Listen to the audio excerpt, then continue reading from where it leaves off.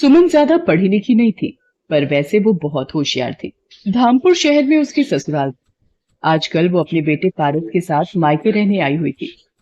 पारस, इतना दौड़ा दिया, थक गई हो बेटा, अब तंग मत कर, चलो ये एक निवाला और खा। मन बिटिया, तू जितना बोलेगी खाने के लिए ये उतना ही तुझे तंग करेगा। अपना भी तो ध्यान रखना है, 7वां महीना चल रहा है, ऐसे भागा दौड़ी ठीक नहीं। क्या करूँ माँ, खाने के लिए इसके आगे पीछे ना भागूं तो ये पूरा दिन कुछ ना खाए। रुको माँ, शायद मेरा फोन बज रहा है। हेलो माँ जी, सब ठीक है? रो क्यों रही हो? क्या? कौन सा अस्पताल में है वो? मैं पहुंच रही हूँ। सुमन के पति नितिन का रोड एक्सीडेंट हो जाता है। सुमन अस्पताल पहुंचती है। सुमन बहू, डॉक्टर ने कहा है कि नितिन के पैरों में गहरे जख्म आए हैं। डॉक्टर, कुछ तो इलाज होगा। देखिए, अभी कुछ नहीं कहा जा सकता। इनके घुटनों के हिस्से पे ज्यादा दबाव पड़ा है। माँ, मैं और मीना जरा घर जा रहे हैं। बंटी घर पर अकेला है। सुनो जी, ये तुम्हारा भाई तो अपाहिज हो गया है। अब हमारी छाती पर क्या ये सारी जिंदगी बैठकर मूंग दलेंगे? ऊपर से उसके 2 बच्चे, एक साथ में है और एक पैदा होने वाला है। अब तुम मेहनत करोगे और वो मुफ्त की रोटियां तोड़ेंगे। अरे मीना, तुम देखती जाओ, इन्हें घर तो आने दो। मैंने सारा किस्सा ही खत्म कर देना है। मुझे इतना बेवकूफ मत समझो। मैंने सब सोच लिया है कि मुझे करना क्या है। हाँ। सुमन और उसकी सास नितिन को घर लेकर आते हैं। अगले दिन। माँ, मुझे नहीं लगता कि अब नितिन कोई काम कर पाएगा या कभी चल पाएगा। देखो ना, मेरा भी अपना परिवार है, मेरे भी अपने बच्चे हैं ना। मैं कब तक इसके परिवार को भी पालता रहूंगा। सुरेश, तू कहना क्या चाहता है? साफ साफ बोल। मैंने सोच लिया है, अब हम दोनों भाइयों को अलग अलग हो जाना चाहिए। हम दोनों भाइयों का कोई अपना मकान या अपनी दुकान तो है नहीं, किराए के घर में रहते हैं और किराए की ही दुकान है। मैं कब तक किराया भी भरूं और सबकी रोटी का भी इंतजाम करूं। नितिन, तू अब सुमन और अपने बच्चों के साथ दूसरे घर में रहने का इंतजाम कर ले। सुरेश, तुझे जरा सी भी शर्म नहीं आती? अपने छोटे भाई की मजबूरी का फायदा उठा रहा है। आज उसे जिंदगी ने अपाहिज बना दिया है तो तू उसको हर तरफ से लाचार बना रहा है। माँ जी, आप ये गनीमत समझो कि हम आपको यहाँ से नहीं निकाल रहे हैं, वरना फिर आप जानती हैं। अरे तू क्या मुझे निकालेगी? मैं ही अपने बच्चों के साथ यहाँ से चली जाऊंगी। सुरेश, तू बड़े भाई के नाम पर कलंक है। अगले दिन सुमन सबके साथ अपनी माँ के घर आ जाती है। तू चिंता मत कर, तू अब मेरे साथ यहीं रह मेरे पास। नहीं माँ, मैं तुम पर अपने परिवार का बोझ नहीं डाल सकती। तुम भैया भाभी के साथ रहती हो, मैं नहीं चाहती मेरी वजह से मेरे मायके में कोई परेशानी हो। माँ, तुम यही पास में ही कोई किराए का घर दिलवा दो, मैं वहीं रह लूंगी। मेरी बच्ची, तुझे कितने दुख झेलने पड़ रहे हैं, पर भगवान पर भरोसा रख, वो सब ठीक करेंगे। सुमन 1200 रुपए महीने का एक किराए का कमरा ले लेती है। अब उसकी सबसे बड़ी दुविधा ये थी कि आखिर वो अपने परिवार की आजीविका चलाने के लिए पैसे कहाँ से लाए। एक दिन, माँ जी, पारस माँ के साथ वृंदावन दर्शनों के लिए चला गया है। घर कितना सूना सूना सा लग रहा है। हाँ बहू, वो होता है तो पूरा घर उसके शोर से गूंजता रहता है। माँ जी, नितिन की 2 कमीजें दर्जी को ठीक करने के लिए दी थी, मैं लेकर आती हूँ। सुमन बाजार चली जाती है। रास्ते में वो सोच में डूबी थी, क्या करूं? मुझे कमाई का कोई जरिया तो ढूंढना ही होगा। मुझे कहीं नौकरी भी तो नहीं मिलेगी। काश मैं ज्यादा पढ़ी लिखी होती। अरे, सब्जी के ठेले लगे हुए हैं। नितिन का लौकी खाने का मन था, उस सब्जी के ठेले से ले लेती हूँ। भैया, ये एक लौकी देना। अभी इनके आलू तोल लूं फिर देता हूँ। ये लो माता जी, 2 किलो आलू, 40 रुपए हो गए। भैया, ये तुमने तराजू के नीचे क्या लगा रखा है? दिखाना जरा। कुछ भी तो नहीं लगा रखा मैडम जी।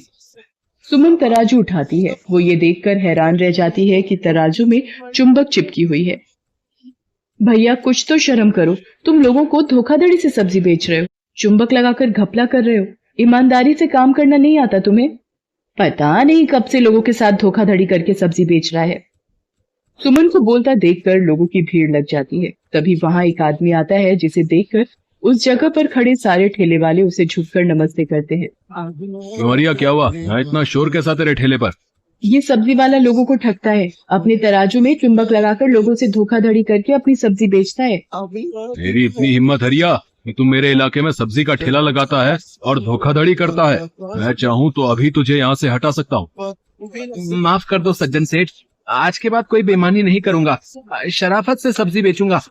मेरे छोटे छोटे 4 बच्चे हैं, अगर मेरा कमाई का जरिया छिन गया तो वो भूखे मर जाएंगे। हाँ, रहने दीजिए भाई साहब, जिसे अपनी गलती का एहसास हो गया है। मैं जानती हूँ परिवार की परेशानियों का दर्द क्या होता है।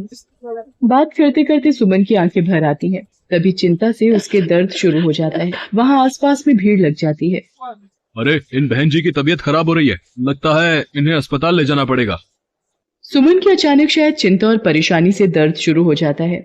सज्जन सेठ कुछ लोगों की मदद से सुमन को अस्पताल ले जाता है। सुमन रास्ते में ही अपने घर का पता सज्जन सेठ को बता देती है। सज्जन सेठ उसकी सास को अस्पताल बुला लेता है। सुमन को एक बेटी पैदा होती है। वही सज्जन सेठ को पता चलता है कि सुमन का पति नितिन अपाहिज है और वो बहुत ही दुखों से गुजर रही है। सज्जन सेठ, आज आपने बड़े भाई की तरह मेरी मदद की है। मैं आपका एहसान कभी नहीं भूलूंगी। इसमें एहसान की कोई बात नहीं है बहन, तुम मेरी अपनी बहन जैसी हो। सुमन घर आ जाती है। कुछ दिनों बाद सज्जन सेठ उसके घर आता है। सुमन बहन, तुम मुझे काम के लिए बोल रही थी। मेरे पास सब्जी की बहुत सी दुकानें हैं, पर संभालने वाला कोई नहीं। मैं चाहता हूँ मेरी मंडी में जितनी भी सब्जी की दुकानें हैं उनका हिसाब और देखरेख अब से तुम रखो। मैं जानता हूँ तुम्हारी जगह ये काम और कोई ईमानदारी से नहीं कर सकता। माँ जी, नितिन देखो, भगवान ने सज्जन सेठ के रूप में एक भाई देकर हमारी कितनी मदद कर दी। सुमन की आंखों में खुशी के आंसू थे। वो अब कड़ी मेहनत से मंडी में जाकर सब्जियों का सारा हिसाब रख, एक एक दुकानदार से जाकर पूछती और देखती कि सब कुछ ठीक से चल रहा है या नहीं। सज्जन सेठ भी सुमन की मेहनत को गौर करता था। सुमन के आ जाने से सज्जन सेठ का भी काम बहुत आसान हो गया था। अब सब कुछ ईमानदारी से चल रहा था। अब कोई भी सब्जी बेचने वाला दुकानदारी में घोटाला नहीं करता था। बहू, तुम बहुत मेहनती हो। तुम्हारे जैसी बहू पाकर मैं धन्य हो गई। अब तो नितिन भी थोड़ा थोड़ा ठीक हो रहा है। देखना, तुम्हारा प्रेम और भगवान के आशीर्वाद से वो भी जल्दी चलने लगेगा। सुमन को सज्जन सिंह के रूप में देवता समान भाई मिल गया था। उस दिन के बाद सुमन सब्जी मंडी का सारा काम संभालने लगी। धीरे धीरे अपनी ईमानदारी और मेहनत के बल पर सुमन एक सब्जी वाली बहू बनकर अपनी सारी जिम्मेदारियां निभाती है।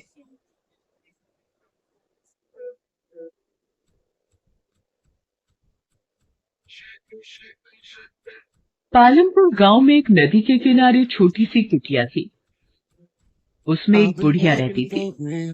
छोटी छोटी आंखें, झुर्रियों से भरा हुआ चेहरा और झुकी हुई कमर। सारे गांव से गोबर इकट्ठा कर उसके उपले बनाया करती थी। उसी से उसका जीवन यापन होता था। ले लो, ताजे ताजे अभी के बनाए हुए उपले ले लो। रोटी सेकने के लिए उपले ले लो। अरे काकी, रुकना तो जरा, 2-4 उपले दे देना।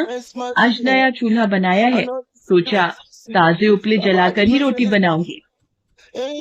हाँ बेटी, क्यों नहीं, ये लो, अभी ताजा गोबर से बनाए और कड़ी धूप में सिके हैं, अच्छी आग पकड़ते हैं। अरे काकी, रुको, जरा मुझे भी उपले दे दो। हाँ, आओ, ये लो। उपले बेचकर बुढ़िया का जीवन यापन बहुत ही मुश्किल से होता था।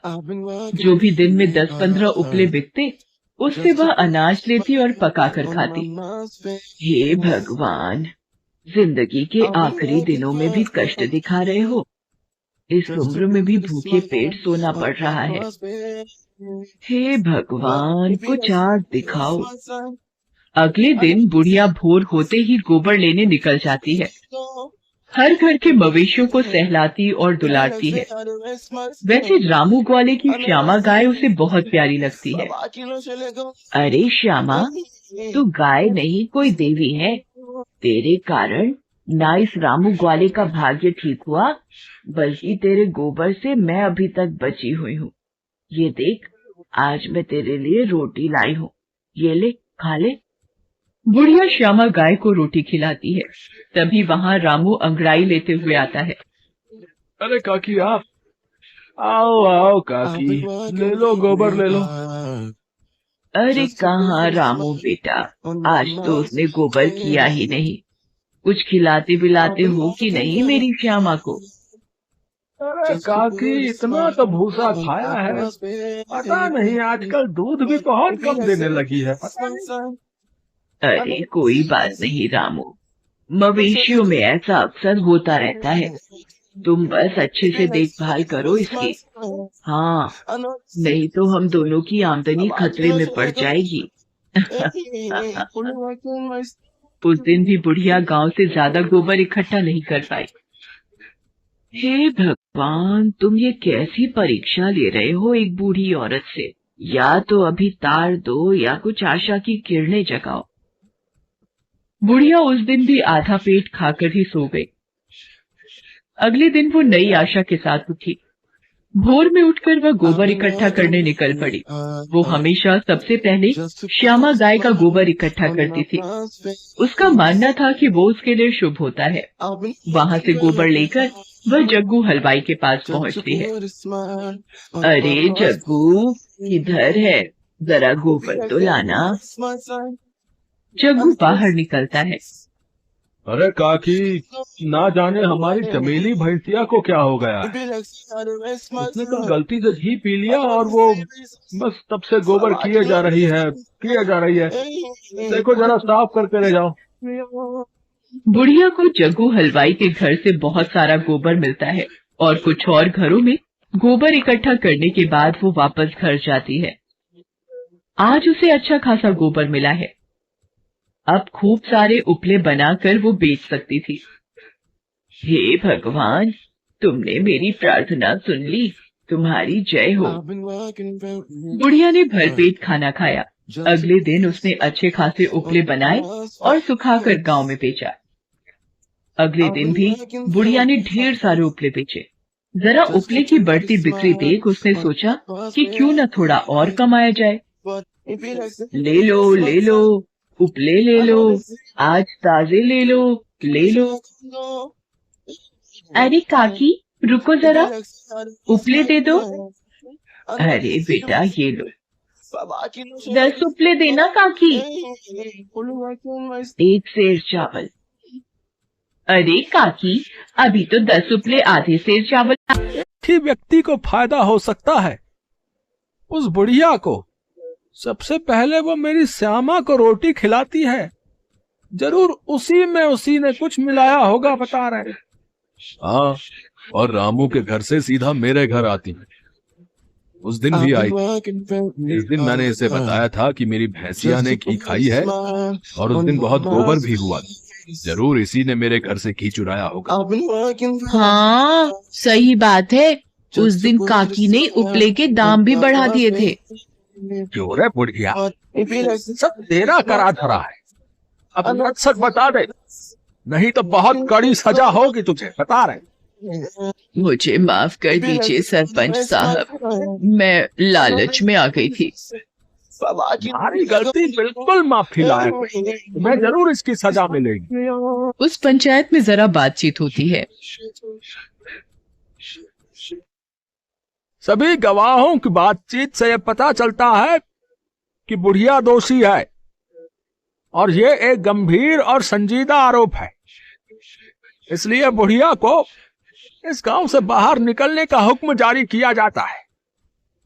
और आखिरकार बुढ़िया को गांव से बाहर निकाल दिया जाता है।